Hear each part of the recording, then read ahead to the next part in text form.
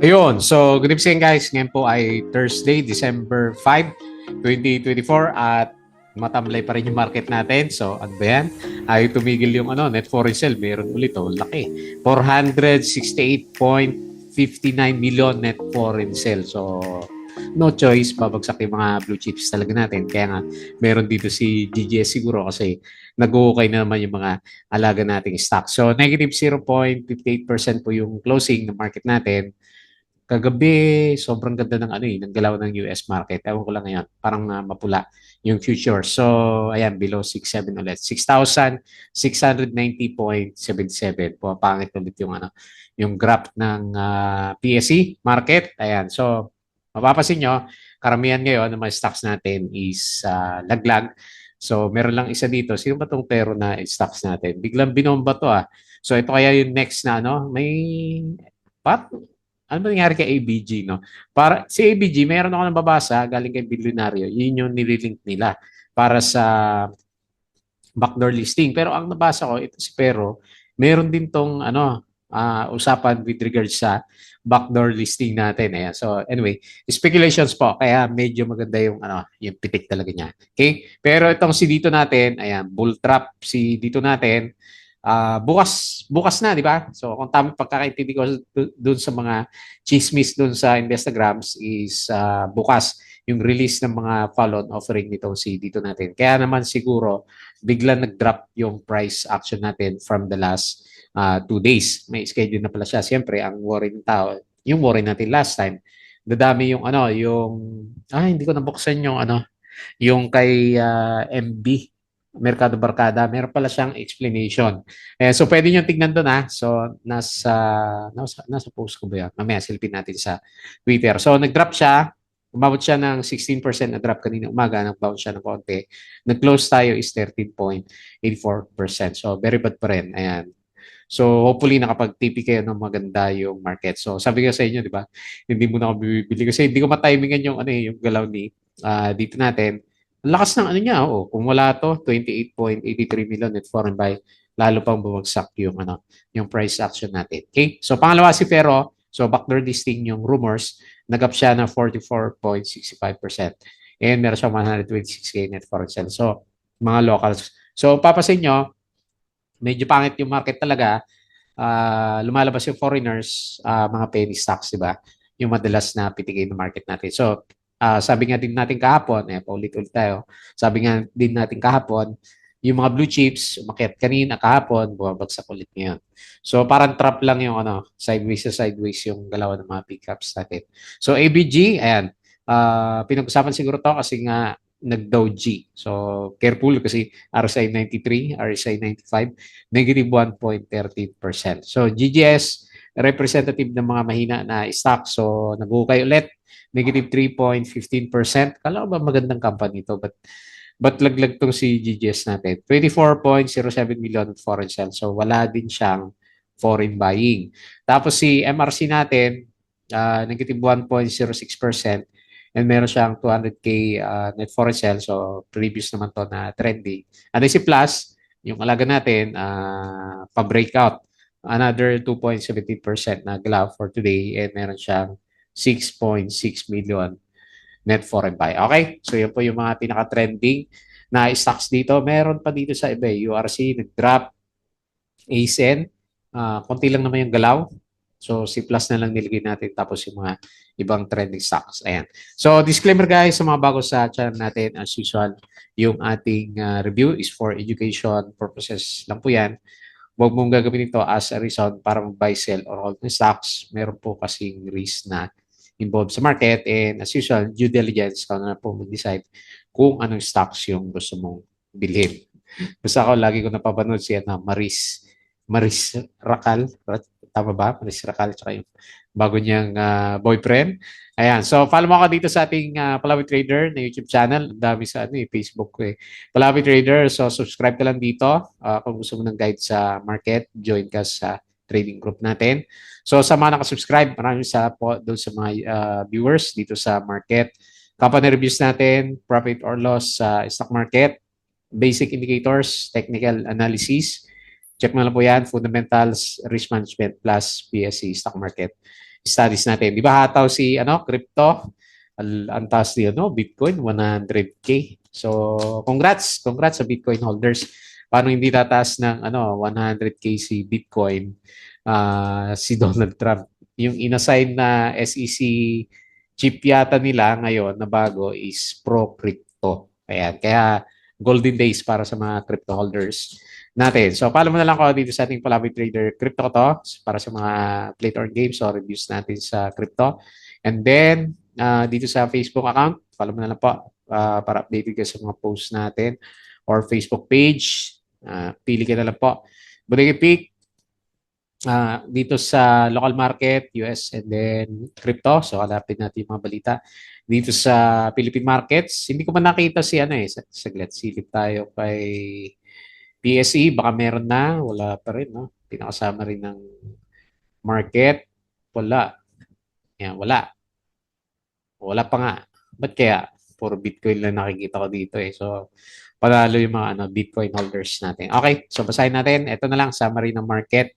So, mas marami yung bumagsak ngayon at yun nga, yung nag-trending natin, si GGS, negative 3%, URC, negative 4%. Lugmog na lugmog ko, dami. Wilcon, 3% drop, ICT, 2% drop. Hindi masustain yung ICT yung mga niya. Reversal. So, winner is SEC. 33 na. Nag-close na yata yung gap. Pwede na kayo ibenta to para makuha natin yung yung dividends na bayad niya, di ba? Para magka-gain ka. Kasi nakabalik na siya, alas pabalik na doon sa close na gap niya. Blueberry 1.45, DMC 1.28, Aboitiz Equity Ventures 1.17%. So foreign funds bought, okay, BDO, CBC, PNB, CREC, MER, SCC, SPNC, GSMI, Jollibee, IMI, ACDMC, RCR Globe at saka si dito. Foreign funds sold, BPI, Metrobank, Security Bank, ASEN, APF, Gen, CNPF, DNL, MI, PPC, Aboitiz, AGI, GGS, Ali, REITs, TEL at saka si Converge. Okay. So Alterner G, nag-breakout to eh. Di ba kapon nag-breakout to si hindi ko na nasundan kung okay siya ngayon. So meron siyang 4 billion deal kay BPI para sa Tanay Wind Farm. So Bitcoin, congrats nga ulit sa mga may hawak na crypto kagaya natin. So antayin lang natin 'yan. Mag to the moon si crypto natin. So ang dami kasing ngayon, pati mga hedge fund managers bumibili ng sa US ng crypto. Meron ngang isang doon eh, si Microsystem yata 'yon.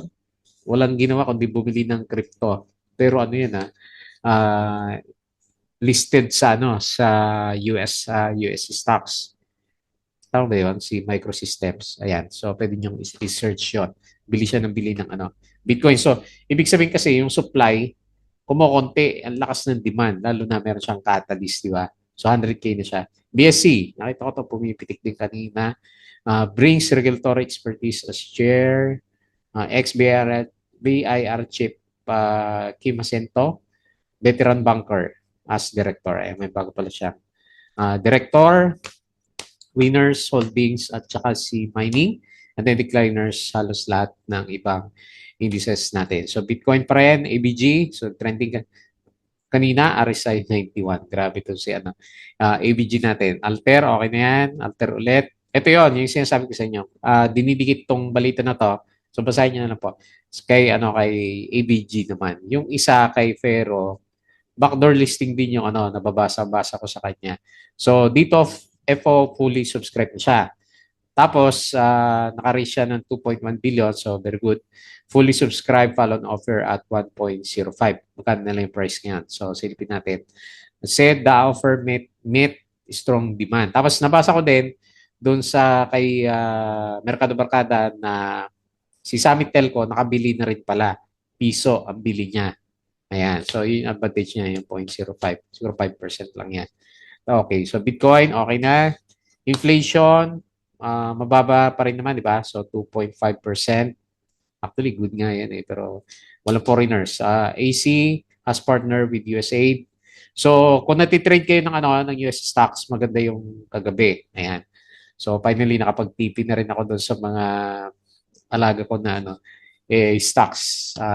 Okay. So, ang alam ko na ang daming tatanong sa akin na, pasensya na, hindi ko rin ma-explore yung ibang ibang brokers na pwede dito kasi si eToro po hindi na kasi pwede sa Pilipinas. So by January dapat naka-withdraw na kayo. Pero kapag si eToro is ginamit mo sa ibang bansa kahit na Pilipino ka, inaalaw ni inaalaw ni eToro. Halimbawa ako dito sa Malaysia, so nagtanong ako directly sa eToro na nila, sa customer service, pwede niyang tanungin. Pwede daw siya kasi yung address ko is sa Malaysia. Pero yung mga Pilipinas, make sure po maka-withdraw kayo by January 19 yata yun o 9 yung palugit nila. Kasi after nun, hindi po kayo makaka-withdraw.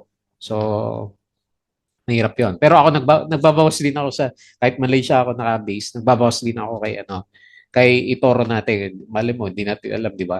Maging blanket yung Ayan, so kaya nagtitipi-tipi na tayo dito sa US stocks. So hanap ulit tayong iba. Ang alam ko lang na pwede, pero wala pang hindi natin alam kung okay kay SEC is si Interactive Brokers. Yun lang yun ang mga nababasa ko.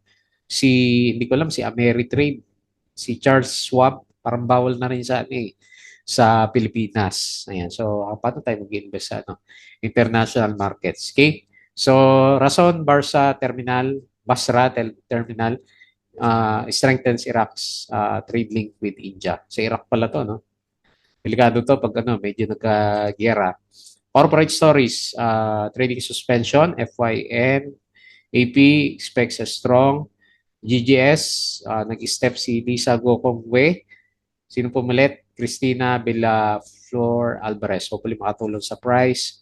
BSC, yun na ngayon. And then SMC. Hindi mo gumagalaw si SMC natin. Okay, Alter. Piso na pala yung niya, pinaka-price niya. Pero pa-breakout nga itong si Alter. Ayan, nag-up siya. Kahapon to. Okay, tapos yung galawan sa US. Dito pala yon yung kay Mercado. Sinasabi ko sa inyo. So, i-check nyo na lang po itong article na to Asan na yun? Hindi niya nilink yung Baka ito yun. Yung news. Wala eh. Hindi niya nilink yung Pero ito yung baka sa ibang yan, post. Sa Instagrams na lang po. Hanapin nyo doon. So, nandun yung paliwanag niya na kaya bumabagsak ngayon si dito kasi syempre mag-overflow ng shares. Magbebentahan yung mga yan, yung mga nakabili lalo na may kita pa rin ba? Sana kahapon, no? Kasi ang laki ng price pa niya kahapon. Okay? And then okay din yung US market natin. Okay? So sana naman may US stocks na broker ma-approve sa Pilipinas kagaya na Robinhood, di ba? So kaya lang hindi ma-approve sa Pilipinas. Okay? So yung ating Patreon, patalastas ulit. Kahit gusto natin mag-trade. Si Itoro, gusto ko siya kasi meron siyang leverage kasi CFDs nga lang siya, hindi actual na trade. Kasi wala naman tayo pambili ng sobrang mamahal ng mga stocks nila, di ba? O konting shares lang mabibili natin sa kanila. Anyway, para yun sa mga trade sa US market. Okay? So yung ating Palapit Trader na Patreon, ayan. Check na lang po yung gusto na guys sa trading natin. Okay? So, ang hirap mag-trade sa Philippine markets as of now. Siyempre sa mga blue chips. Kasi hindi gumagalaw. So, papitik-pitik lang yung mga small caps na stocks natin. Sila pa rin Yung mga, di ba, yung mga trending natin, APG, dito, MRC Plus. So, hindi nagbabago yung mga pinag-uusapan natin.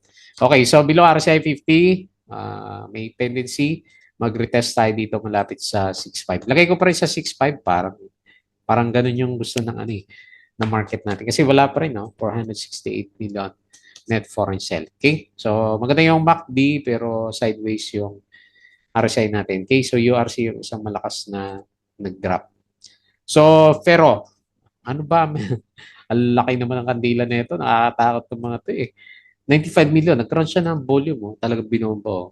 Panalo yung nakapondo dito.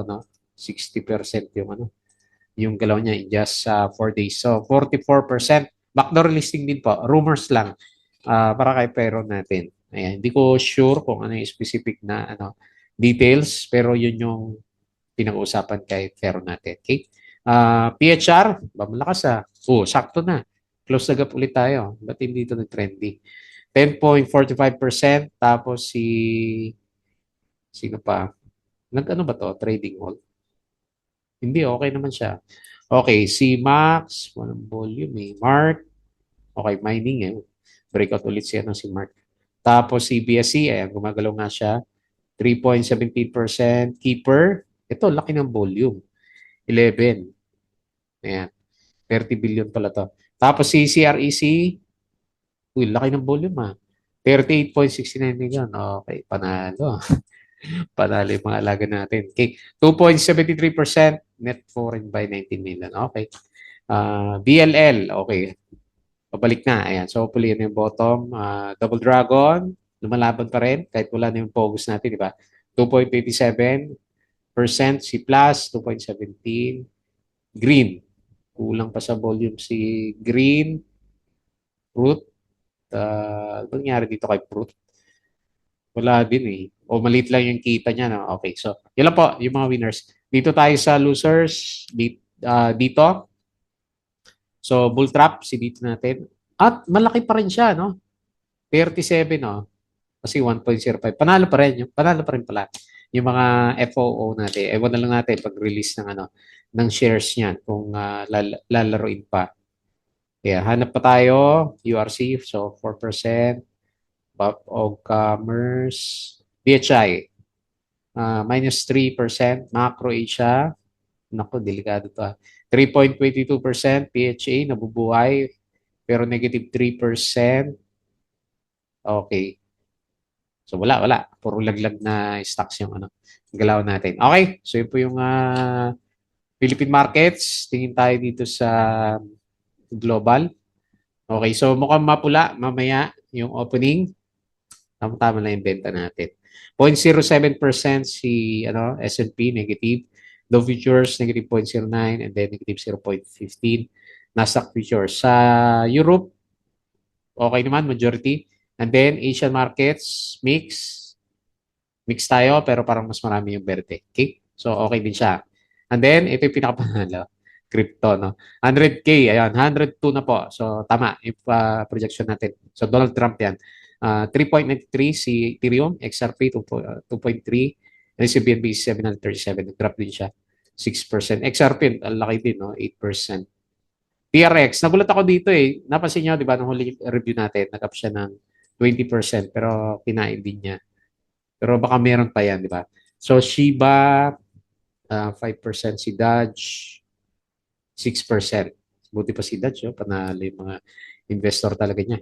Shiba, okay din yan, di ba? So, lagi natin nakikita na trending. Nawala na si si Pepe Coin natin, hindi na kaya. Baka bumagsak yun, kaya ganun yung galawan po niya. Okay, so, mabilisang review dito sa market natin. So, napatagal ako dun sa discussion sa eToro kanina. Okay, dito, panalo pa rin. Actually, panalo as of now, yung mga 1.05 holders. So, tignan na lang natin pagdating ng release ng mga shares. Kung babagsak baba, syempre magmunahan yan kasi 30% eh, laki niya, no? So, magre-retest tayo dito sa bandang support. So, nakay dito pa rin naman yung yung sentiment ng traders sa market kasi siya pa rin naman yung number one sana eh. Trading stock. So, hindi ko pa rin inaalis yung, although, syempre, ang tendency is mag-sell. Hindi ko inaalis yung tendency na mag-spike pa rin si dito kasi pinag-usapan pa nga rin naman siya, di ba? So, kailangan drop siya ngayon. 30.84%, 28 million net foreign buy. Ayan. So, yung net foreign buy, ang tansya ko lang naman dyan, sinasalo siya para hindi masyadong mag-collapse yung Kasi kung wala yan, nagko-collapse yung price action. Okay, so, tignan na lang natin. 1.25 or 1.05 yung pag-uusapan natin for the coming few days. Next, pero more on price action lang siguro si Pero and then yung speculation sa kung ano man yung meron siyang backdoor listing. Pero tingnan mo, ang tindi ng mga insider natin, no? So, binomba siya kahapon and then ngayon binomba siya ulit. Ewan ko kung may nakasilip sa atin nito kaya na. Okay, pero hindi mo rin siguro mapapansin to kung konti lang yung yung volume niya last yung traders, yung number of trades dito. Okay, anyway, very good. Congrats sa meron. Kaya lang RSI 88, So, lagay ko na lang, hindi rin kaya to ng ano eh. Hindi rin pwede ang Fibonacci dito eh. So, yun na lang, half body 3.88 and okay, hanap tayo dito. Baka may resistance. Meron siya mga spike dito. So, 5.16 temporarily. Yan, kailangan watch out ha. So, pwedeng mangyari sa kanya yung nangyari kay dito kasi speculations nga. Okay? So, 44.65%. Next, ABG. Ito, medyo alanganin yung chart natin. Kaya siguro siya nag-trending kasi inverted daw G. So, kung meron man siyang pullback, okay, resistance is 27.6. Hindi pa naman confirm, pero bukas, pag mas mababa siya dito sa 25.2, yan na yun. Yan na yung start ng ano niya, flag formation. Ayan. So, tingnan natin. Hopefully mag-support dito sa MA9. Sobrang galing ng RSI na ito. Ang tagal. Ang tagal dito sa overbought condition. Tapos yung MACD is sobrang lakas. 1.13% na loss. Ito akong, yung opinion ko lang. So, hopefully, ang candle natin bukas is hindi siya inverted doji kasi magiging ano siya, tweezer tops, di ba? So, bearish sign. Sa ngayon, medyo bearish na nga yung candle na yan. Pero, siyempre, alam mo na, Friday bukas, di ba? So, pwedeng pitikin pa din yung mga stocks or pwedeng mag-profit taking naman siya. Okay, so ipinakita natin next sa GGS. So, naghuhukay. Yung isang blue chips, ang bad sign is nag-breakdown pa nga ito eh. Meron pa tayong ano, may babalik pa natin yung trend channel na ito. Parang hindi, no? Kasi kung ito susundan ko na channel nitong si GGS natin, mas malalim pa, no? Ayun, no? So, ang sinasabi niya is 19. Yung pinaka-support niya. Ganyan lang muna. Kasi may pattern naman siya eh. Hopefully, okay, kailangan natin na reversal candle bukas para hindi tayo tumuloy malapit dito sa below 20 pesos natin. Okay? So medyo bearish pa rin talaga. 3.15% and 24 million net forex sell. Next, MRC. Ano ba nangyari sa'yo? MRC. Okay.